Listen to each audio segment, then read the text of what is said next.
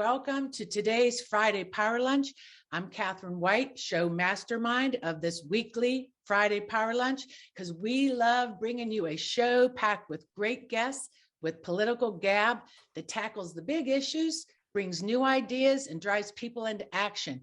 And guess what? We like to amplify the voice of the grassroots, because we like to get things done, and we like also to make politics fun. So now I hope you are wide awake. I hope you had a great break. I'd love to know, put in the chat what the heck you did, what you didn't do, what you hope to do. And I had some friends talk about their new resolutions, something about going dry in January. And I'm like, what is that? And then I found out it was not drinking wine. And I'm like, oh, I'm not into that. No, I'm not. I can't do that yet, especially after yesterday. We are all wide awake, January 6th, marking that. It's really hard to believe it's been a year, and it seems like we have to be more awake than ever and really learn from these things. Even the past elections, so much we have to be awake about.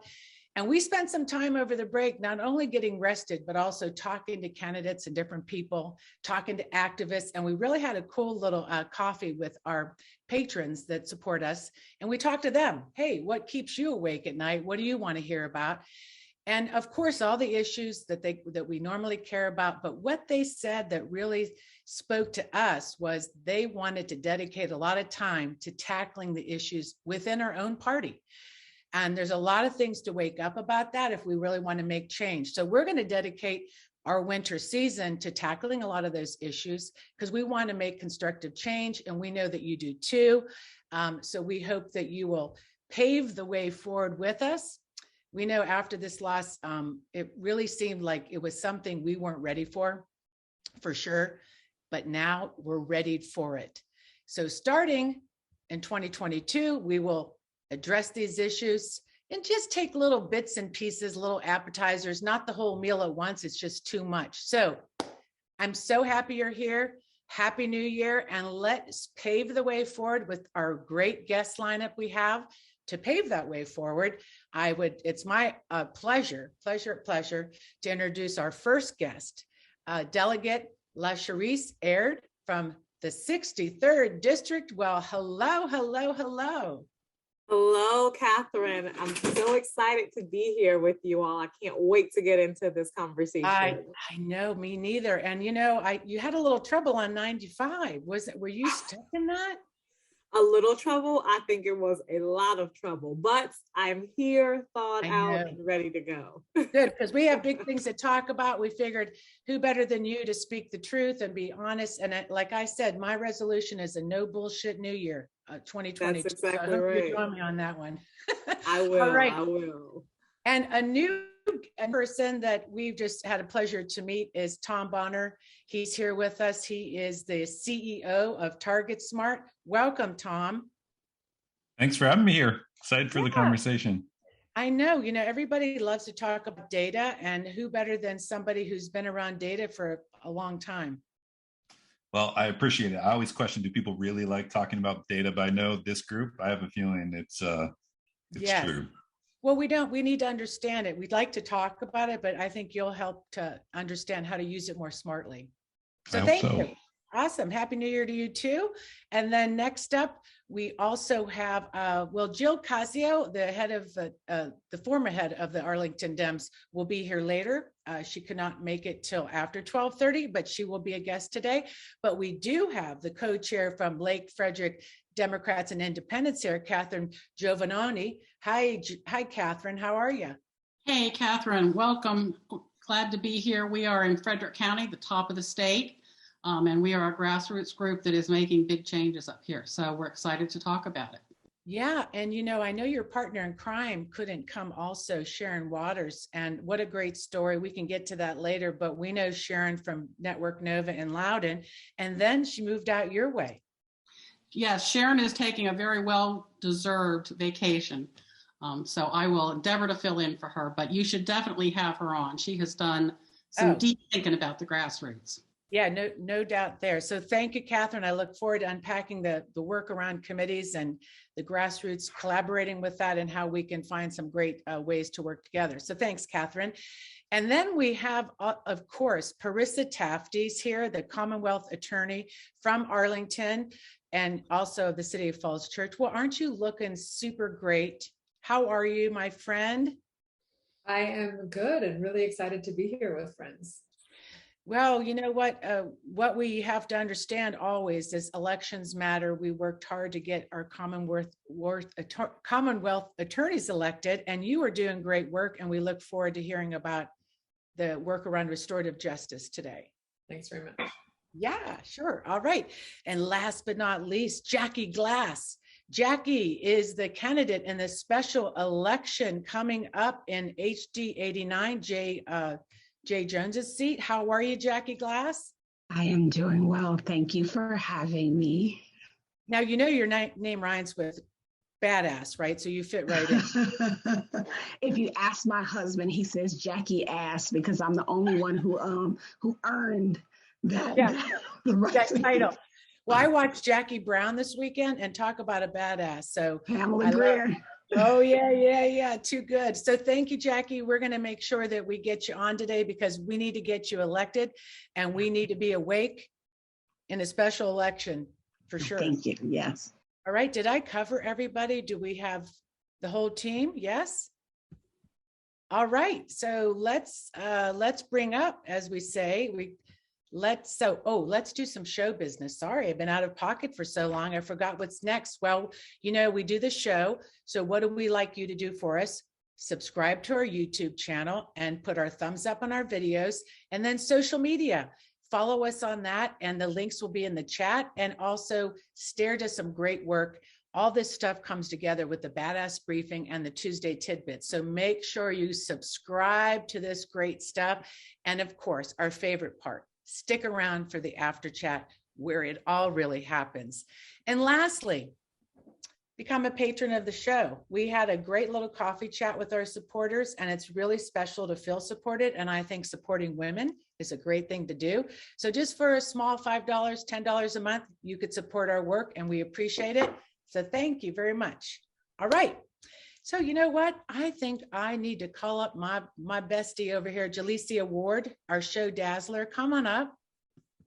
Hey, Catherine, how are you? Hey, well, where are you? There you are. Well, I'm here. I got my Friday Power Lunch mug. Yeah, look, let's cheers to an absolutely happy new year. I hope everyone had an absolutely amazing new year, 2022. Let's get it. We got a lot of work to do, and I hope you guys are well rested, enjoyed the break that we have blessed you with, but we are back and we are ready to get to work. You got your New Year's resolution? Yeah, I'm going to be like Betty White. I'm going to try. Absolutely. I love it. And are you going to make sure you always have the pants on in the family? Oh, listen, you already know, girl. You already know. All right. Well, let's bring up the team just to show everybody in the new year we're still here. We had some nice time together. Ambassador of Buzz is here, Sarah Calhoun. We have the show wizard, Robin Warner, and shortstop, Rosemarie Savino, and the Twitter guru, Heidi Dragneff. And of course, let's toast each other to starting out this season. And when we gave some talk to Jalecia, I know we were talking about really paving this way forward and a new day and a new year. And I can't think of a better way to start than some words from Amanda Gorman. So let's do it. Yeah, let's do it. I love her. Let's do it. All right, Robin. May this be the day we come together. Mourning, we come to mend. Withered, we come to weather. Torn, we come to tend. Battered, we come to better. Tethered by this year of yearning, we are learning that though we weren't ready for this, we have been readied by it. We steadily vow that no matter how we are weighed down, we must always pave a way forward. This hope is our door, our portal, even if we never get back to normal. Someday we can venture beyond it, to leave the known and take the first steps. So let us not return to what was normal, but reach toward what is next. What was cursed, we will cure. What was plagued, we will prove pure. Where we tend to argue, we will try to agree.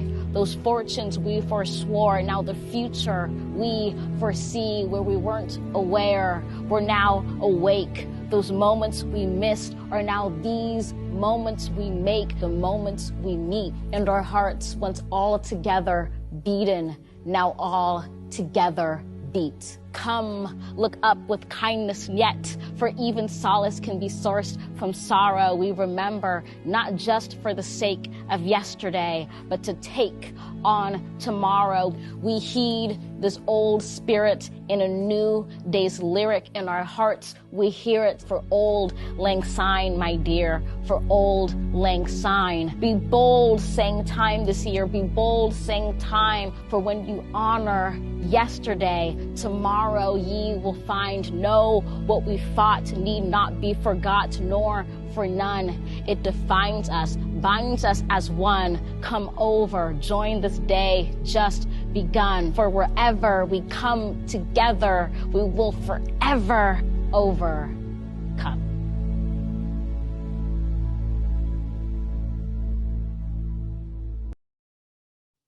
Oh my gosh, those sentiments must ready us through this year. I think that I know that for me, those were so moving, because it's really how we must feel as we look ahead after just so much going on. We were not ready for this, but we'll be ready for it. So that's a great way to start the new year and together. And who better to have on next is Louisa Borowski to talk about how we will get ready, how we must get ready to make things happen. And she's going to tell us what's going on in the Virginia grassroots. Hello, Louisa. Hi, Catherine. It's so good to see you. I saw Catherine on Wednesday via Zoom, but it is always nice to see you at least twice a week, but I might see you on Sunday too. Probably. Everyone, it's so good to have you in the Zoom room. And I've got some actions for us to take to start off this January. As everyone knows, we're getting ready for our General Assembly session to start. And the coalition has been working really hard on a number of bills. I see Parissa in the room, and we've been working on a reform the recall bill that I will be talking with Senator McClellan about later this afternoon. We have worked on some open meeting law bills. And then we have our working groups who are really digging into climate and clean energy work, education, and also campaign finance reform, as well as gun violence prevention. So these are all important bills that we're going to be following, among others.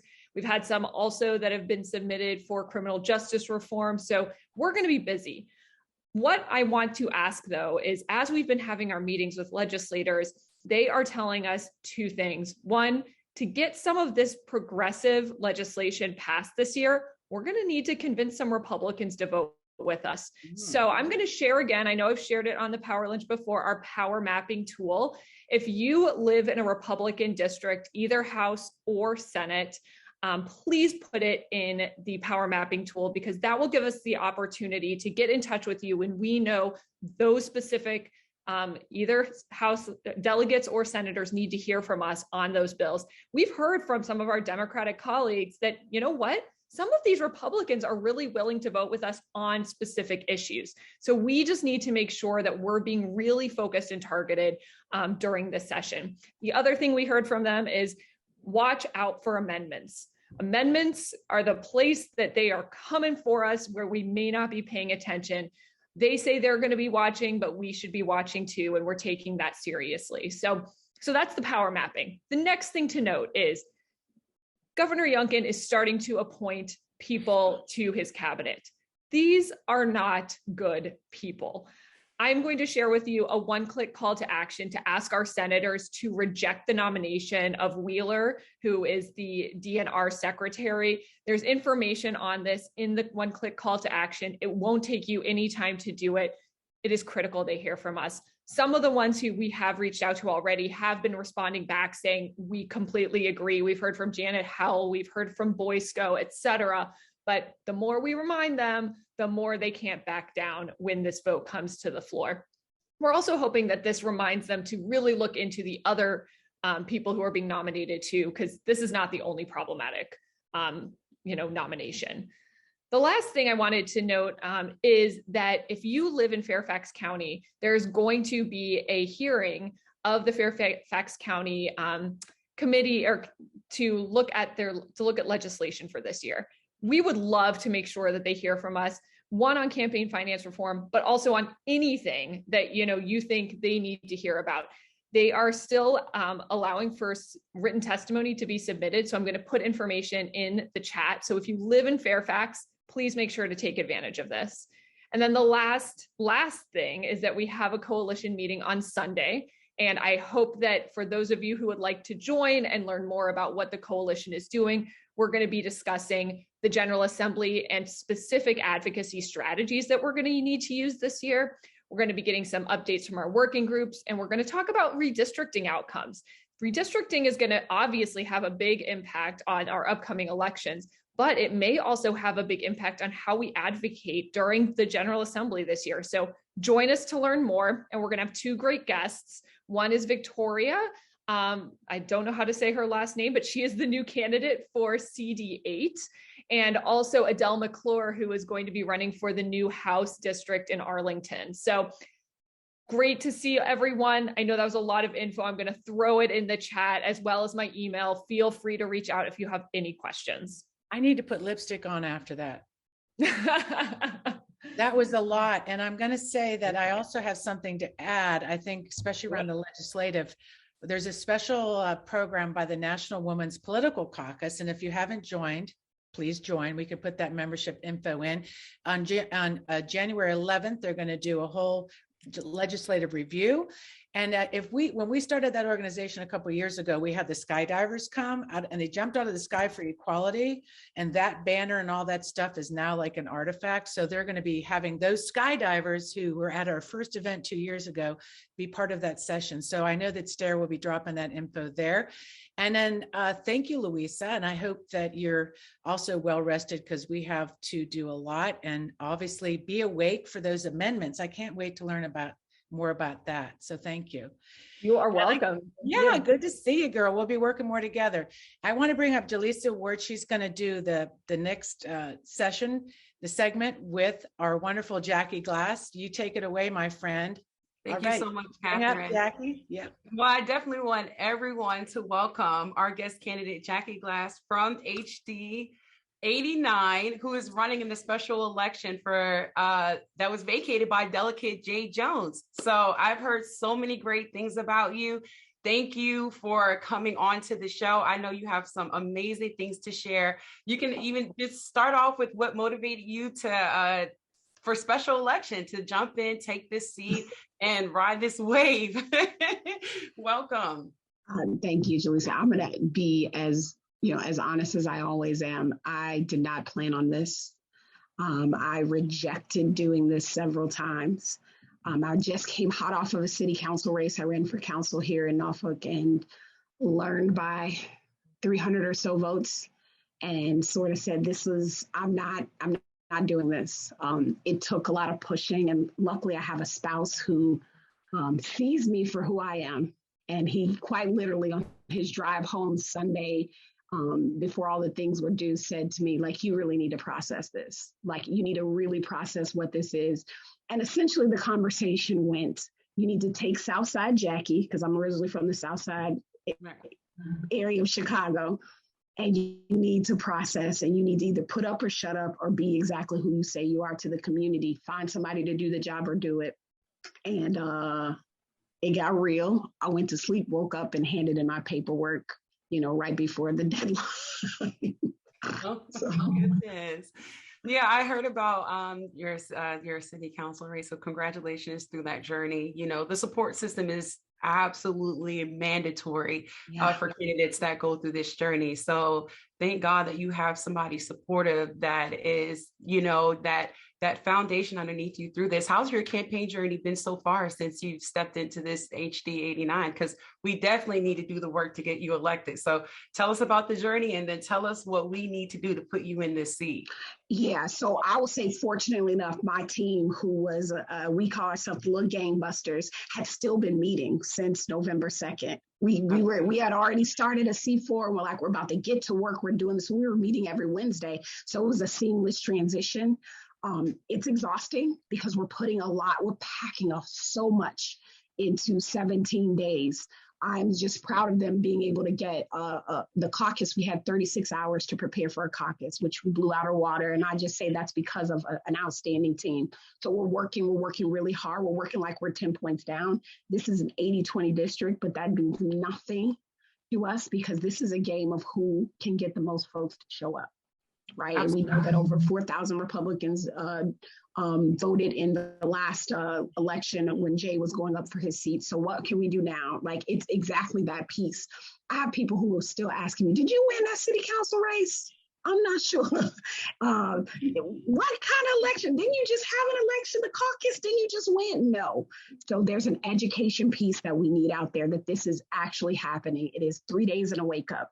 Right? That's the way we call it in the military. 3 days and a wake up on Tuesday morning. You knocking doors, people like, I already voted for you.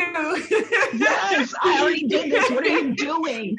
And then now you got to explain to them, okay, well, you got to vote again. Yes. You got to let them know you got to vote one more time. And that's real. Like, what we're finding is there is a lot of voter fatigue, right? People are like, oh, Jackie, I'm done. Like this, I cannot. Good luck. So like that piece, you can always donate to help. On our website is Jackie4Norfolk.com.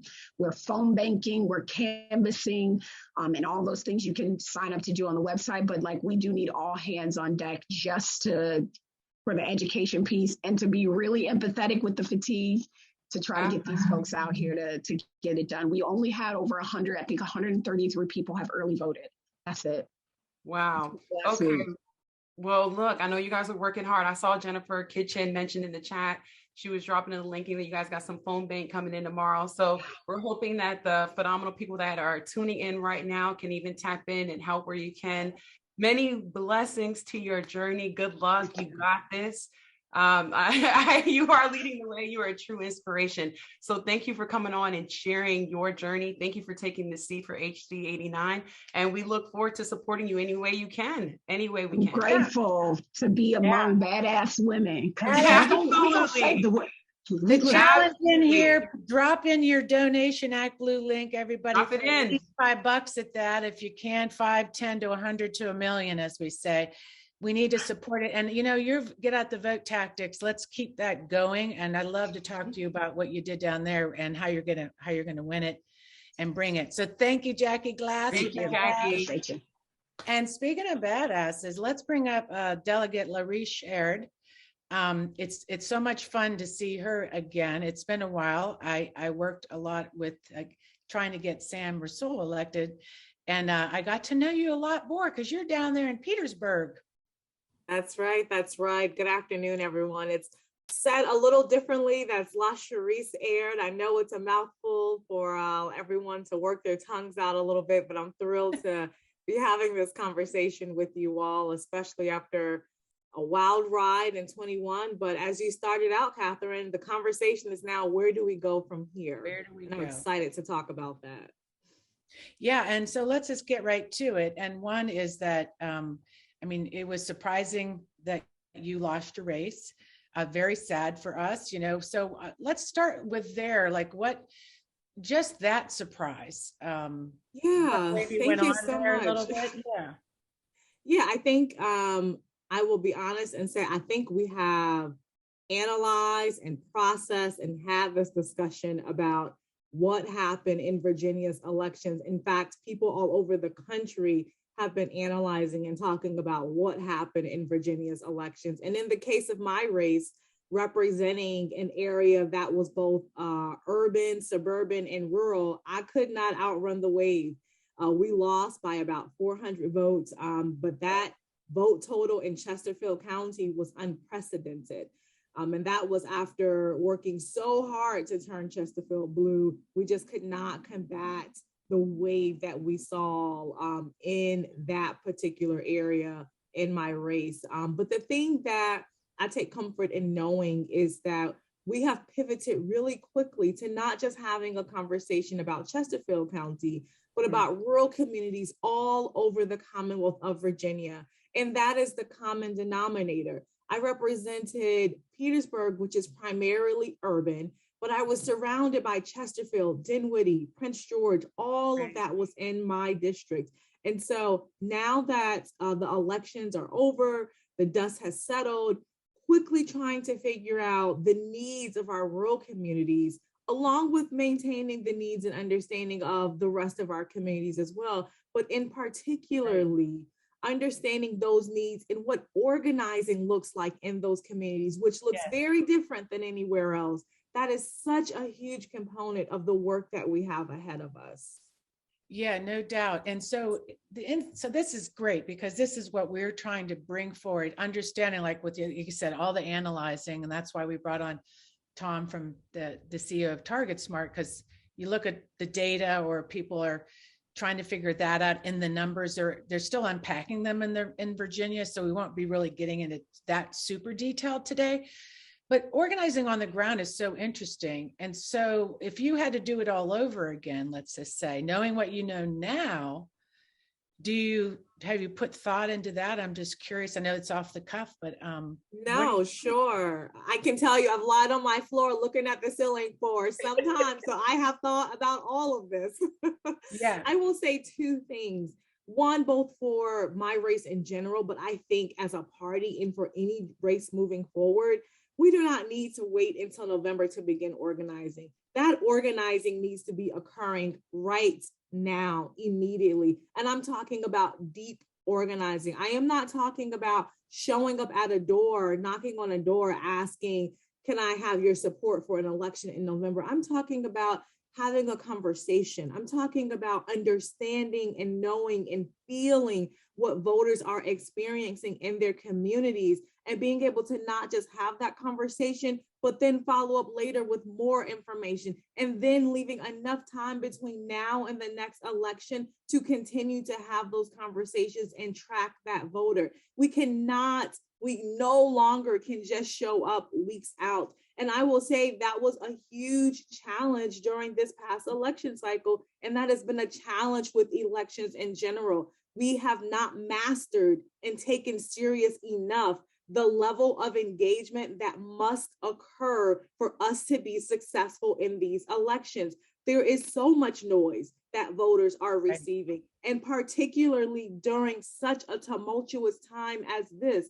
If you think about the fact that Democrats did amazing work during the last 2 years, historical, unprecedented work. And I was knocking on doors of people who still did not know what those accomplishments and those achievements are. And so we know that in order to really get to our voters and make sure they know the amazing work that is happening on their behalf, you have to communicate with them in all forms. That's by mail, that's by phone, that's in person, that's digital, and you have to do it multiple times throughout the year. But I just go back to this initial point of what you all recognize as the Democratic promise, this idea of really caring about what people are experiencing.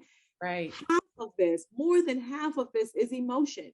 And showing a level of care and concern about what people are experiencing, that will result in the same thing as getting them to vote for a candidate, getting them to vote for principles and issues that you care about. And you cannot do that. There is just not enough time to do that 30 days out from election, 45 days out from an election, not even 60 days. You have to build the relationship. No, you're so right. And we saw that this year, that it really started late. And I think this is for people that are in their seats, and we've been talking to senators and delegates and activists and candidates, that we all agree this has to happen year round. So what does that look like? What kind of infrastructure we can put in? And we do have these tools, like you said already, stuff like the Democratic Promise that was piloted. We also know the Rural Ground Game is working to really, help out there, help around the state to really talk about what it looks like organizing in rural areas and caring about those communities. And you're so right. What I found really funny, this funny little story, listening on the campaign trail, our own people were complaining. I go to these events, I go, you know what? I knocked on the door and the voter didn't know they can vote early. And I was like, well, who the hell's fault is that? You're complaining about the voter that you didn't tell. So you're so right about that. So then moving. And I will say really quickly to that point.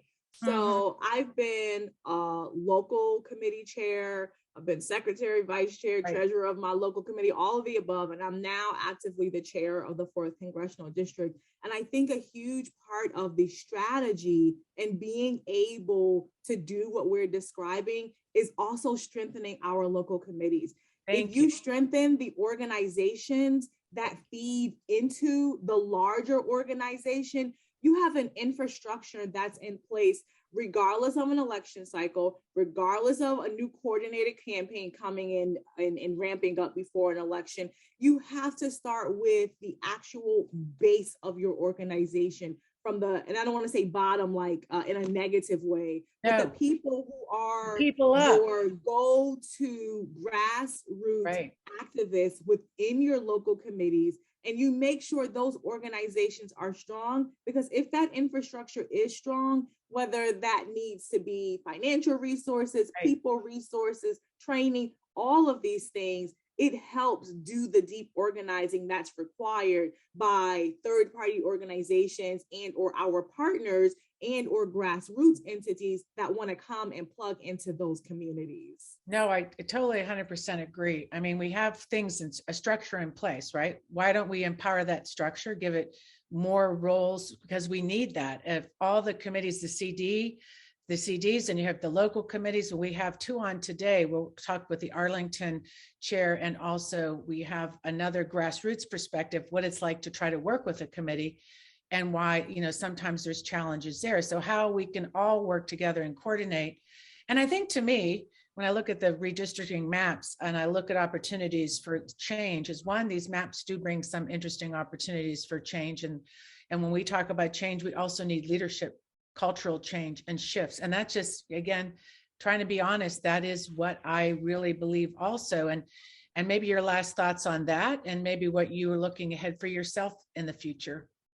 Well, let me tell you right now, you talk about call to actions, and I think that's a theme among this group. Yes. If you are interested in being part of this infrastructure change, you are serious about being part of the movement of this deep organizing that's required to make Virginia, our Commonwealth, favorable for Democrats, that's happening right now. Reorganization is the game in our party right now. That's happening at every single local committee throughout the Commonwealth of Virginia. That's going to happen at the congressional district level. Coming up here, conventions are being planned as we speak. And so there is no reason that every single member on this call is, number one, not a member of your local committee. Make sure you go and renew your membership in your local Democratic committee.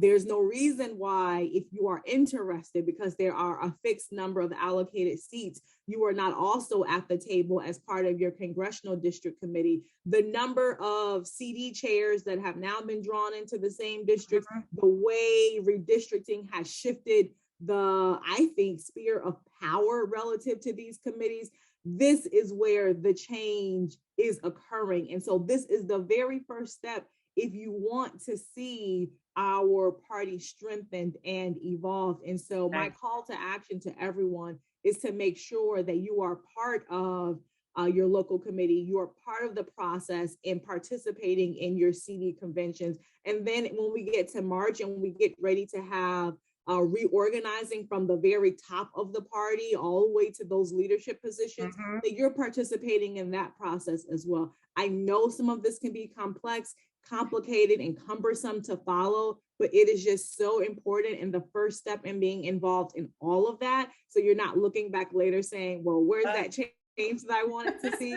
To start right now with your local committees. No, and we'll be talking about that. Really, we're going to actually do a program we're putting together for February, because like you said, I came from the outside in, so now I have to learn this structure, and I think it is cumbersome, but I so appreciate seeing you. I hope you will come back, because I really would like to learn more about what maybe your thoughts are for you for the future, but we'll save that maybe for another time. We need to get on with it, as we said. We need, I think one thing is for sure that you can count on it. And then I've said this at the end of my term is coming to an end here on January the 11th. So very soon. I'm not going anywhere. I love the Commonwealth of Virginia. I love our communities.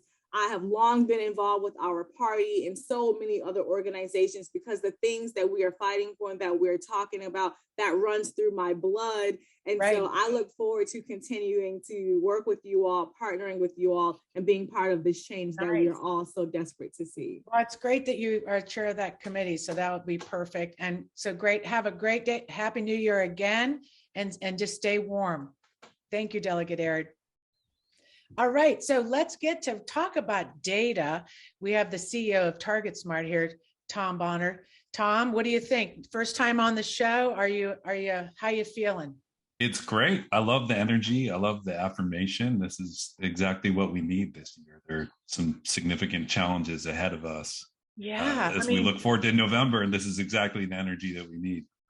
Well, you've been around, obviously, around data, and a lot of people talk about it. And there's a lot of kind of, I think sometimes even for an activist like myself, we talk about data, don't always know exactly what maybe that means. We know it's important for polling and for predicting and all that great stuff for the campaigns and for candidates to use. But let's talk first about you and TargetSmart, where you got started and why you got started. Yeah, sure. I've actually been working in political data for an embarrassingly long period of time. Whenever I said I can't believe it, but this year will be my 27th year working in political. I started when I was 19 to give myself credit. So good. You weren't. I thought you were 14 when you started, but 19's good. Well, that was when I started getting paid for it. So I started working at a place called NCEC, the National Committee for an Effective Congress, which was sort of like, was founded by Eleanor Roosevelt in 1948. It's like the original progressive numbers crunching entity. And I spent 18 years working there on geographic targeting. And then real quick, I went and founded a company called Clarity Campaign Labs that was sort of one of the first voter modeling firms back in 2012. We did the modeling for the Obama reelect. Nice. And then joined TargetSmart in 2015, where I am now, where we do work building a national voter file, working with candidates in all 50 states plus the district. And a whole lot of other things on top of that. Well, one thing about this campaign that people like myself complained about, it felt like the Republicans are always eating our lunch when it comes to data. Is that true in your estimation? I mean, I think that's maybe why you got kind of started. Am I correct?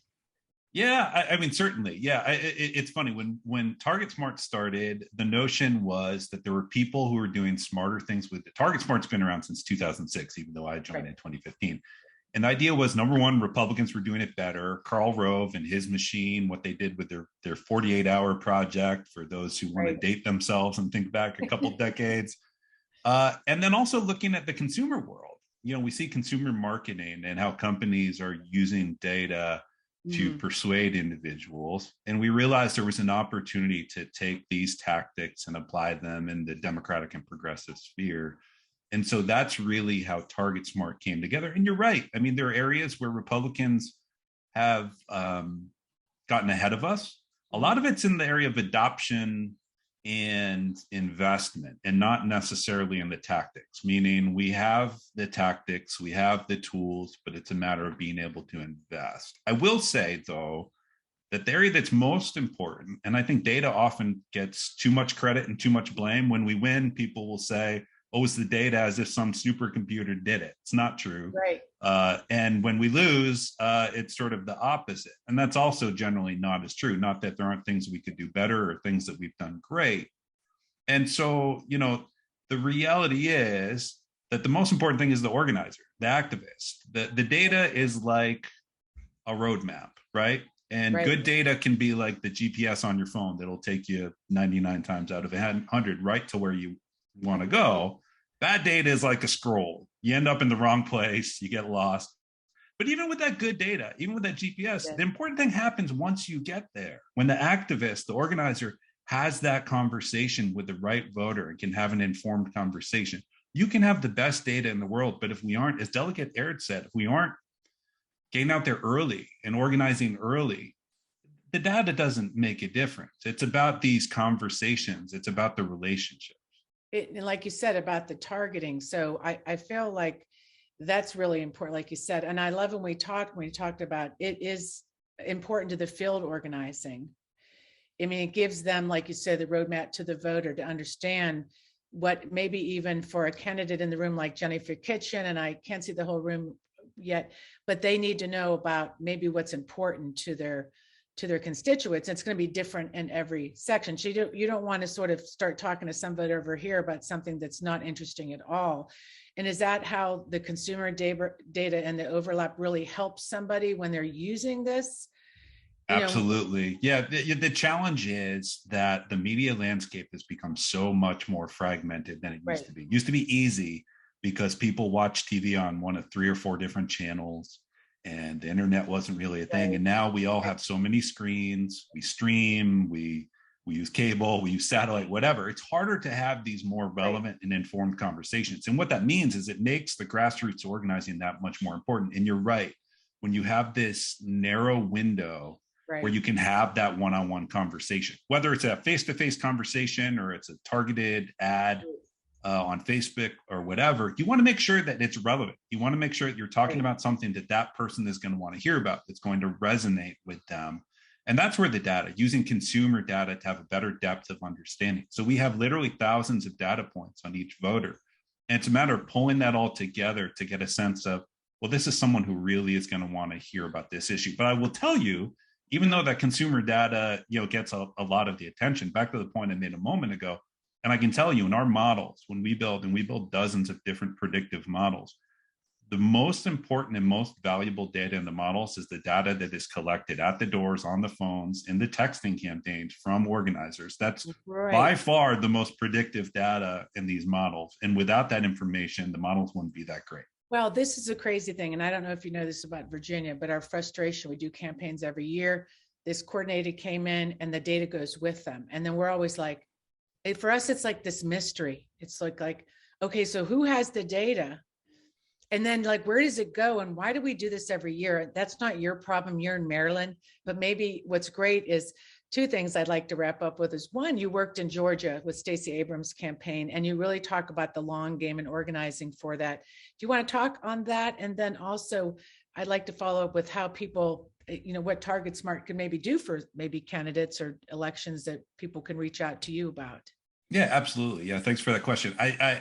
Georgia is a great example. I know a lot of people are talking about for good reason, and we're lucky enough to be continuing our work with Leader Abrams in her governor's campaign. But I first met her on a redistricting panel 8 years ago. And I said, who is the state representative who knows more about redistricting than I do? And I've been working on it for 20 years at the time. And so we started working with her then. And so, as you say, it's the long game. Nothing happens overnight.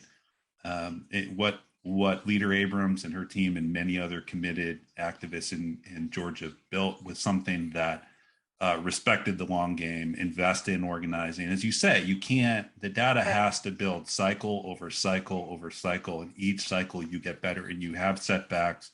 But you've seen that in Georgia, where we had a massive setback in 2018 with Stacey Abrams not winning, that we know about the purges and everything that happened. But without her running in 2018, without the organizing that happened, there's no way that Joe Biden would have won, and there's no way that we would have elected 2 Democratic senators there. And so it's that long view that's important. Yeah. And why don't we do that in every state? Why are we not? I mean, I'm sorry to pop in, but I'm just thinking to myself, did she build her own database then in the end? Did she really just say, like, we need to say sometimes that we just need to build this and use it rather than keep waiting for somebody to give us data? Yeah, I think it was a hybrid. It was, they're working closely with the party there, and the party there is important, but also building a lot themselves that was supplementary and then working together in a complementary way. I think it's a great model. I think the reason why it doesn't happen everywhere is because it takes that long view. And in politics, we don't tend to always have that, because there's always the next crisis. There's always the next election. And these elections truly are moments of crisis in this world we live in now. So you have to be able to do both. You have to be able to focus on the short term, but also build for the long term with an eye towards next year. This year looks to be a difficult year. We don't know how it will end up. We have to do everything we can to mitigate. But in the end, we also have to keep building. We can't to sit back and wait for next year. So, and then to your other question, which I appreciate, we do the data work. We work directly with campaigns like the Abrams campaign, like Beto's campaign in 2018. Yeah, he's running for governor, isn't he? Yes, yeah, which is great. It's good to have people excite and get people out and inspire high turnout. So we do that. We do the data work. We also do polling and analytics work, and then just hands-on consulting. We work with folks from all levels, from local level campaigns to presidential. We've built a team around that with folks who have experience. We're a virtual company, so we have people in, I think, 36 different states, which is great to have people sort of on the ground in these states who have that level, including several in Virginia and a handful of new team members actually who have done a lot of organizing in Virginia over the last decade plus with New Virginia Majority. So. Yeah, New Virginia Majority we talked about was somebody that you work with, and I think that actually makes sense. It's kind of that Stacey Abrams, they're working all together, so it seems smart. So is there any last takeaways you'd like to give to the guests in the room? There's probably a lot of candidates watching, a lot of organizers, about maybe how to think about data or the best way to use data as a candidate, or just take one, some takeaway points if you have any. Yeah, I appreciate that. First of all, I appreciate, everyone, the work that you do, the attention you pay, and the fact that you're here on a Friday and that you care about these issues. I would say if I'd give any advice about interacting with data, it's to not expect it to work a miracle, that it's going to be as good as what you put into it. It doesn't mean you shouldn't be demanding of the folks you're working with data, because you absolutely should. But in the end, understand that it's a tool and that your local knowledge, your local understanding, the sort of data that you're generating is really going to be essential and important. And if you're working with them and they're telling you that you don't understand and that, pay no attention and it looks like a black box, it's probably a bad thing. Yeah, probably a bad thing. Well, with that, we're going to say thank you. I hope you'll stick around a little longer. Absolutely. Next up, we have a special guest. A special little guest tribute to somebody that we love, Betty White. Robin, why don't we go ahead and tee up? Oh, I hope you're enjoying the show. After all, I consider you my friends, and I want my friends to have the best time possible. How about you, Ann? Anything else I can get you? Well, there is that one thing. You got it.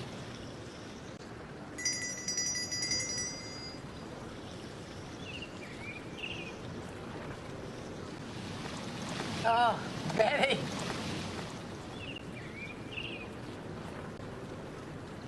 You should see what happens when I ring this bell. We like making politics fun, and Betty White knew how to bring it. So thank you, Betty, for ringing our bells.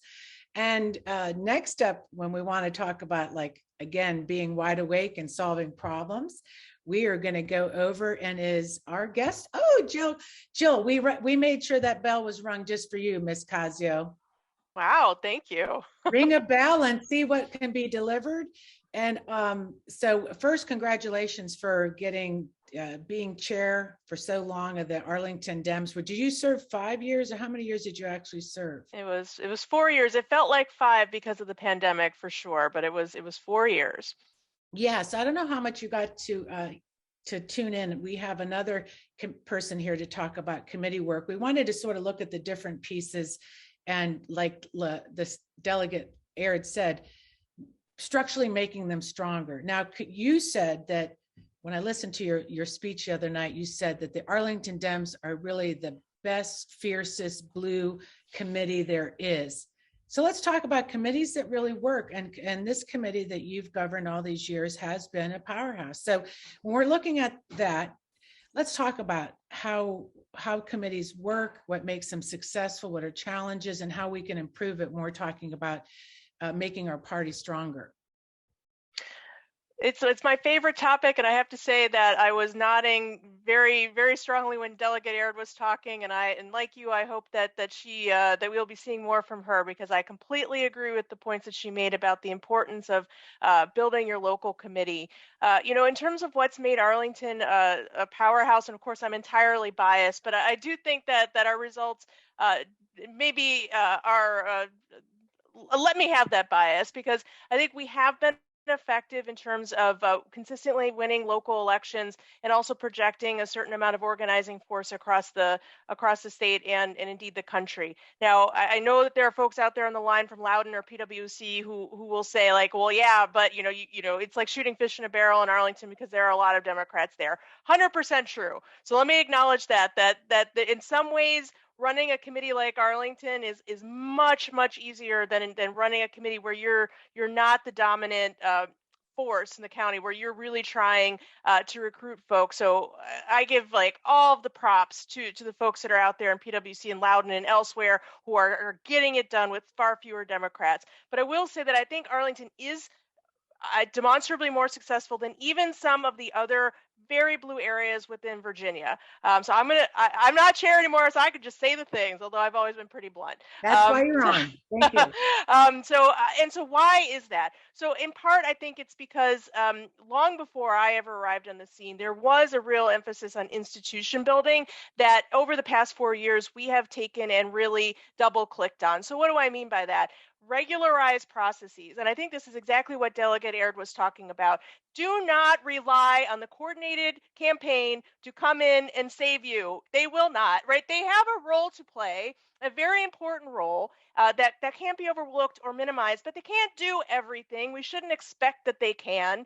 And they aren't going to know the local situation as well as the organizers on the ground. So if you are looking to the coordinated campaign or even DPBA to be your saviors, you will be continually disappointed, not because they're not doing their jobs, not because you may disagree with individual decisions that they make, but because the job is too difficult and requires your local knowledge to get it done properly. So just accept that and figure out, how do you plug in? And so I think there's two ways to do it. One is through your local committee, which is where my bias is. It is where, when I got involved, I just I don't know, I like organization and institution building. And so I went to my local committee, and I do think that number one, that is the thing to do, because it endures. It should endure, right? The state party ensures that it endures, but you can help that it flourishes and that it endures in a way that ensures repeatable results year after year. Year after year, Arlington Democrats field 600 poll greeters on election day to make sure that all 54 voting precincts in Arlington are covered with the blue sample ballot for every hour of voting, and we do it for every hour of early voting. Again, we have lots of crazy liberals out there to fill those spots, but the actual act of putting those people into spots is a huge organizing effort that we've built institutions to accomplish with some wonderful leaders. But building those kinds of institutions does not happen overnight. It does not happen automatically. It requires project management, and it requires institution building. So if you are a person who really wants to get involved, institution build like that. And it doesn't have to be in huge ways. That is a very discrete task that is so impactful that you should work on, and there are plenty others like that. I use that as an example because when you look at the redistricting constitutional amendment, regardless of where you stood on that issue, one thing that we can all agree is that Arlington was the only jurisdiction in Virginia that voted no, and we did it because of the Democratic sample ballot and because we're able to get it into so many hands year after year. So I use that as the example because, again, it doesn't matter where you stand on that particular issue. It is demonstrative of what building a process within an institution can yield. Well, I'm going to stop ranting for the moment because I do have a second way I think you can get involved.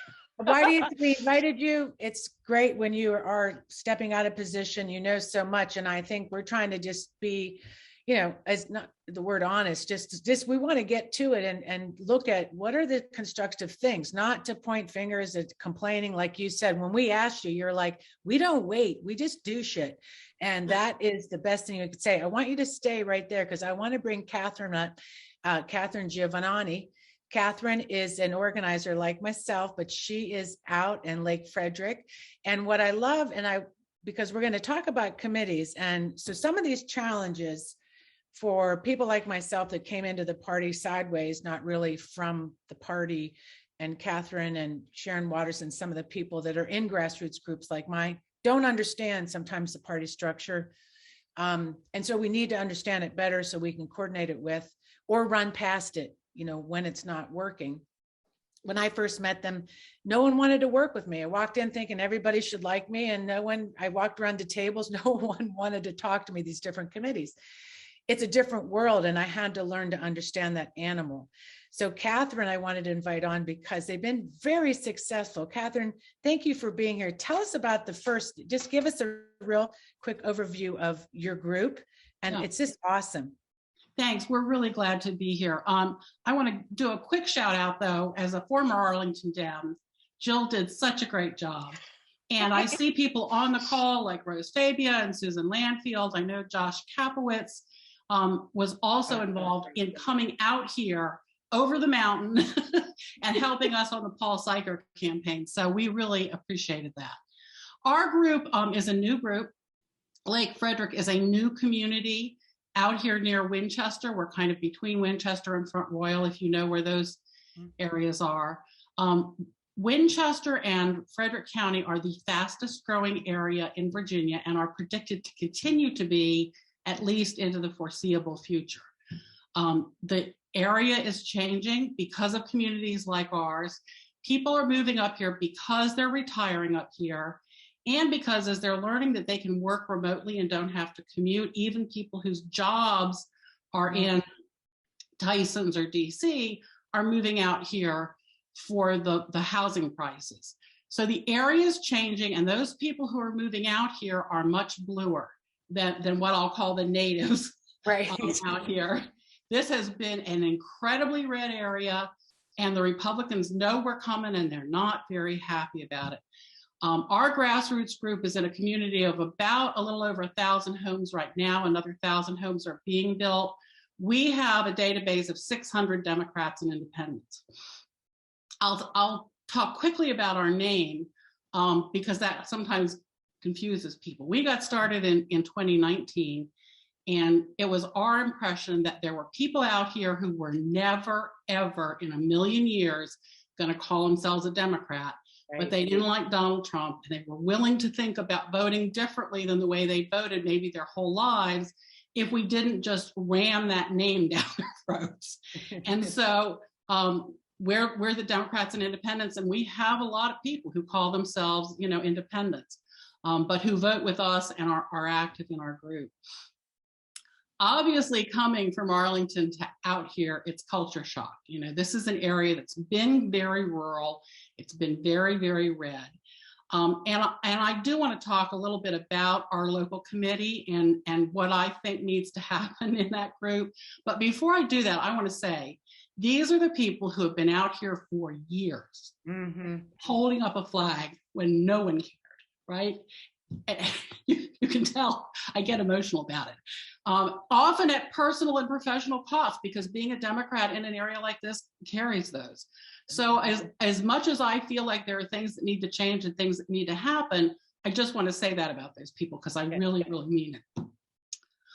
What happens though when you never win, right? Like in Arlington, you win, you've got some successes, you can gather around those. Out here, they never win.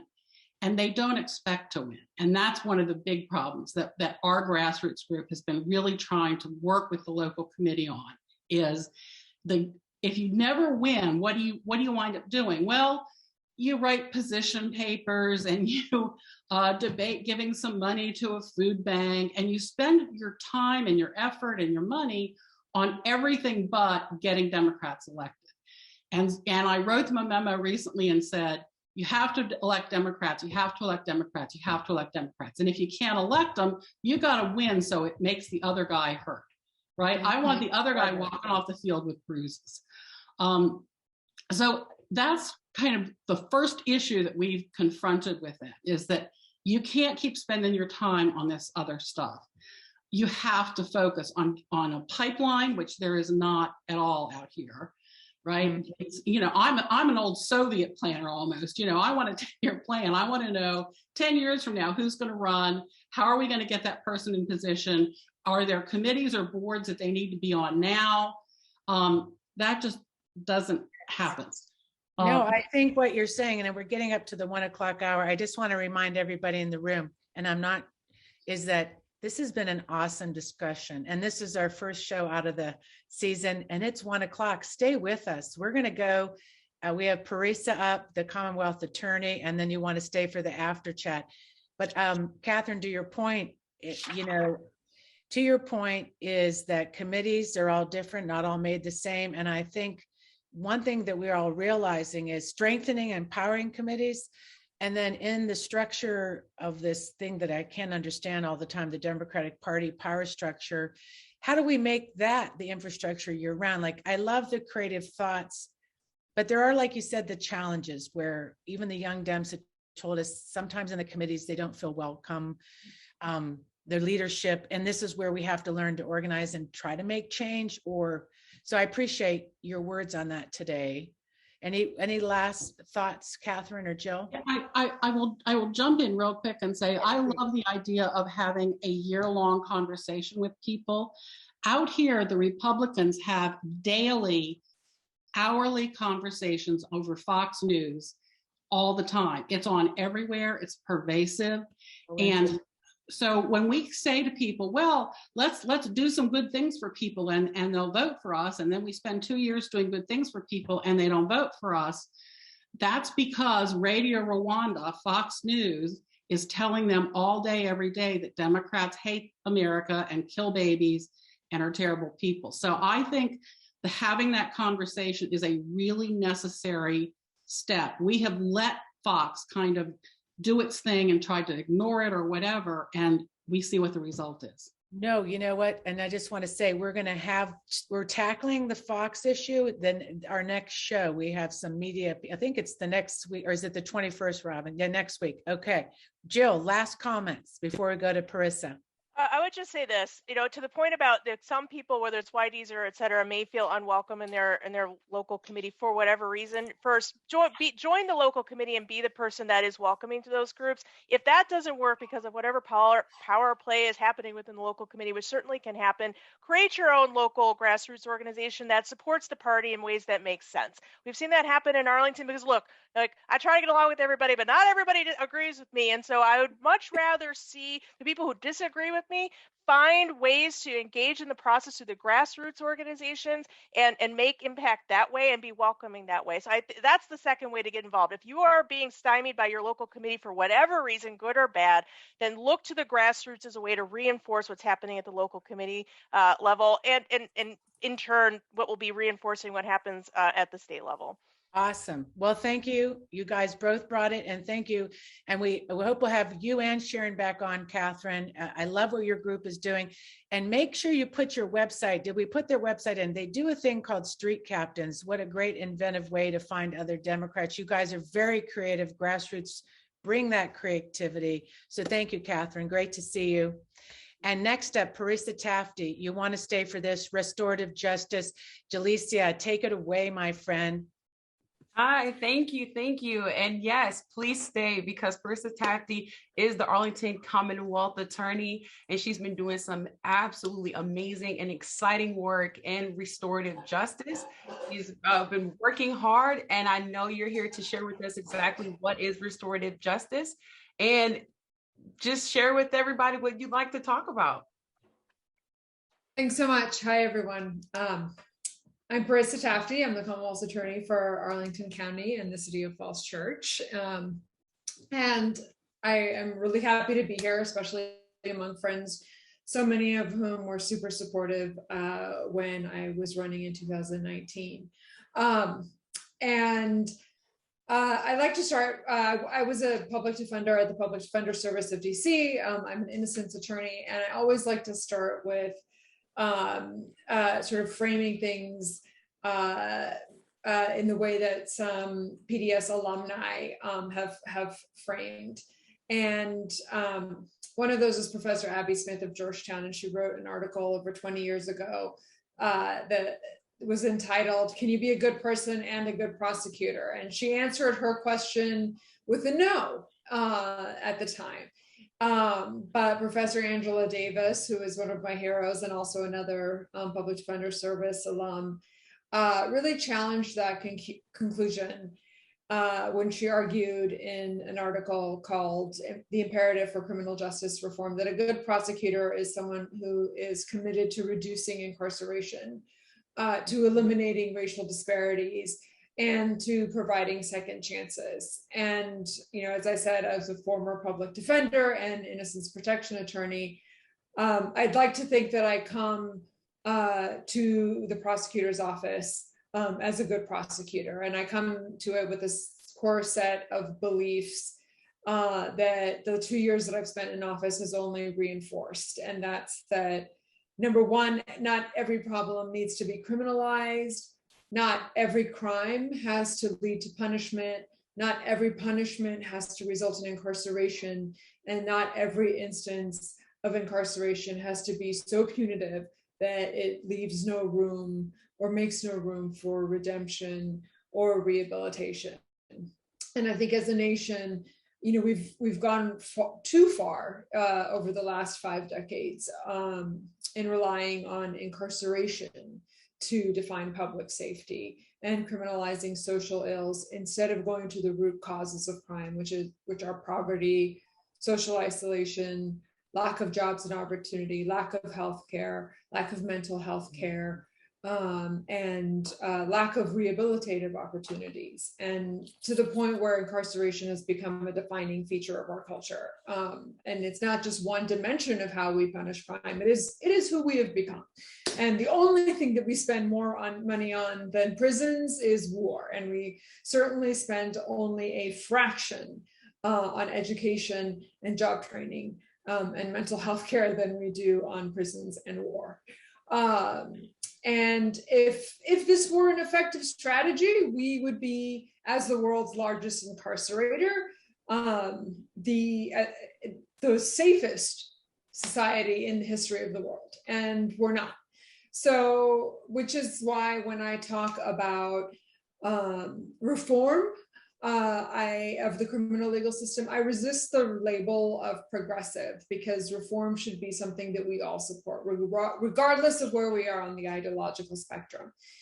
If you're a person of faith, we should be, you should be looking at incarceration and degree do we do it, and offended by the fact that we leave no room for redemption or rehabilitation. If you're a fiscal conservative, you should be offended that we're putting good money after bad into a system that doesn't produce the returns that it promises. If you're a progressive, you need to understand the racial injustices and class injustices that are inherent in the system. If you're a libertarian, you should be offended that there are so many crimes and that we use the government to address social ills in a punitive way, and that these punishments are impediments to personal responsibility and personal success. And how does all of this relate to restorative justice, though, and what we're talking about today? People think wrongly of restorative justice as a get out of jail free card, but I'm here to tell you and the world that it's not that, and it's actually the single most effective way that we have for dealing with harm. It's not obviously good for every case, and there will be some people that need to be incarcerated and incapacitated. But if we're serious about caring for victims, if we're serious about reducing recidivism, and if we're serious about making sure that harm is addressed, and RJ is the most effective tool that we have in our toolbox. And so what is RJ? The easiest way that I have of thinking about it is in contrast to the retributive system. And so, I think of the retributive system, as, asking 3 questions. What law was broken? Who broke it? And how should they be punished? And that's a system that we currently have, and that we've had The retributive system asks, what was the harm? What does the person who was harmed need to heal? And who is responsible for that healing? And these two systems are really in contrast, because the system that we have, every single response that we've created in our legal system separates the person harmed and the person who did the harm, rather than trying to bring them together to help both be more than what that occurrence was, to help both people be more than what harmed them and what the harm that they did to another. And as a result of this system that sort of separates and re-traumatizes victims, we know that we have a stat that says that 50% of victims of violent crime never report. That means 50% of the people who are harmed in a violent way choose nothing over the system that we have. And so, restorative justice requires sort of 5 steps for the person who did the harm. I mean, it requires everybody to agree to take part in it. So it's never imposed on a victim, which is why I think it's so important, because it's something that the harmed party chooses to engage with. But it requires 5 steps, and it requires acknowledging one's responsibility, which is truth-telling, abandoning the sort of array of responses, including denial and dishonesty and minimization and excuses that our current system, really encourages. It requires, second, acknowledging the impact of one's actions on others.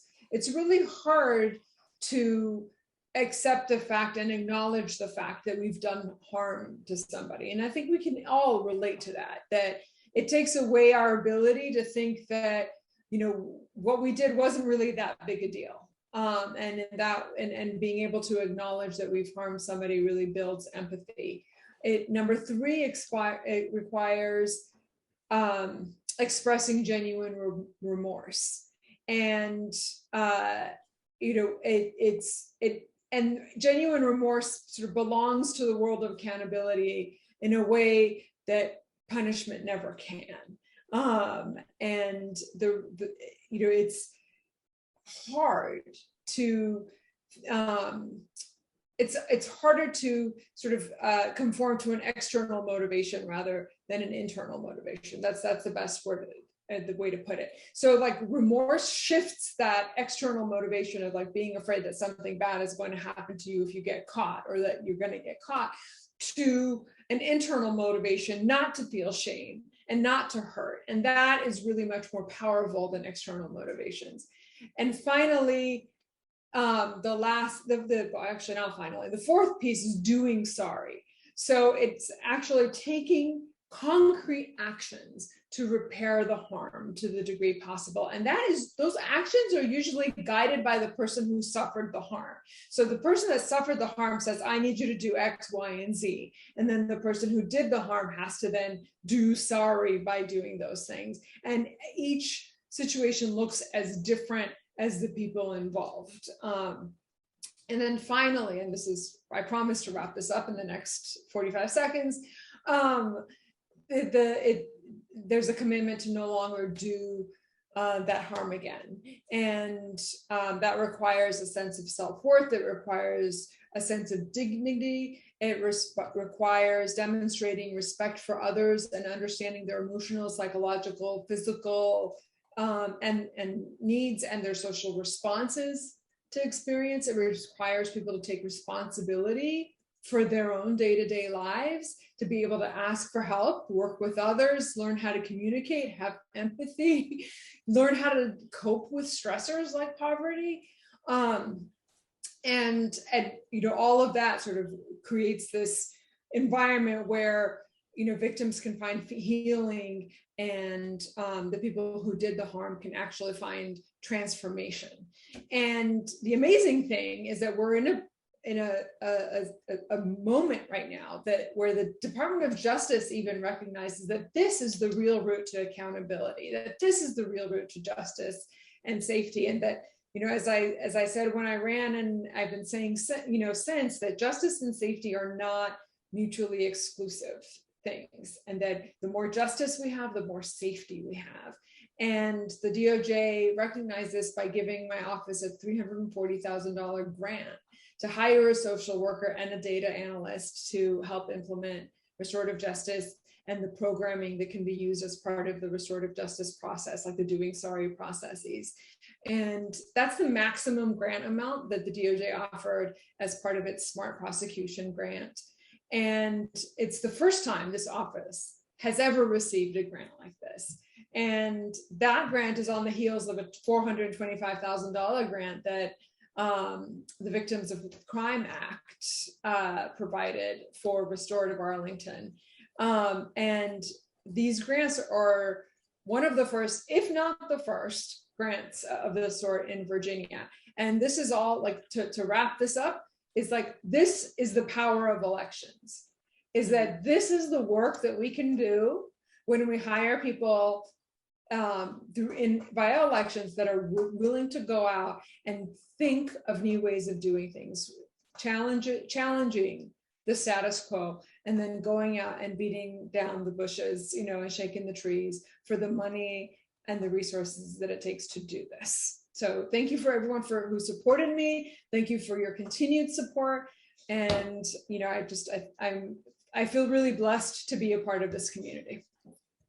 Thank you so much, Parissa. Oh my goodness. I do work in the communities with injustice, through social justice and on an economic level. And that's actually had led me here to my political career. So I was really honored to do your segment today and talk about restorative justice, the power of criminal justice reform, and have these open, honest conversations. And I hope we as a community normalize, and as Democrats normalize, criminal justice reform and understand that the real result to justice will benefit us all, right, in a public safety manner and everything else that we, deserve. So thank you for the work that you're doing.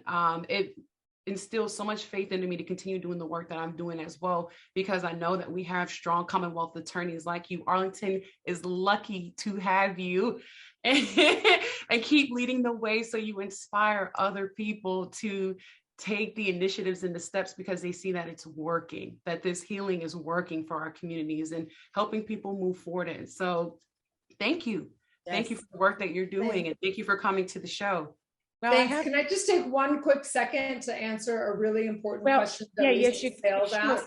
Sure, you can. And I was wondering this, though. Let me ask this question first. Can you stay a few more minutes? So I pushed my 1 o'clock to 1:15. So I shouldn't even try to answer Lisa's question.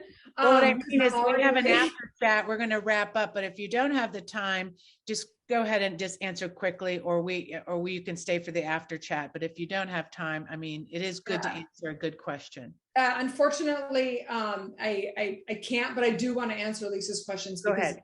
Because it's a super important. We're live. We can do whatever we want. So go ahead. Lisa's asking, is there like scoring or some kind of metrics to make sure that I'm not sure, like that the person who did the harm is held accountable. And there's not, what we know about restorative justice is that in every study and every meta study, what we have seen is a radical reduction in recidivism. If you look over to like what you see is, things in the multiple double digits. So like in Fairfax, which it's a fairly narrow program for youth who become court involved. They have a 64% recidivism rate when there's no diversion program. Like it goes down to like a 33% recidivism rate or 34% recidivism rate when there's some diversion programs, and it goes down to 13% when it's restorative justice. Wow, that's huge. As the program, right? So that is how dramatic after a year. That's amazing. A year after, you see. In Nashville, they have a very comprehensive restorative justice program that they're like very actively involved with Restorative Arlington to help us set up ours. They have a 0% recidivism rate. What? Yeah. That's awesome.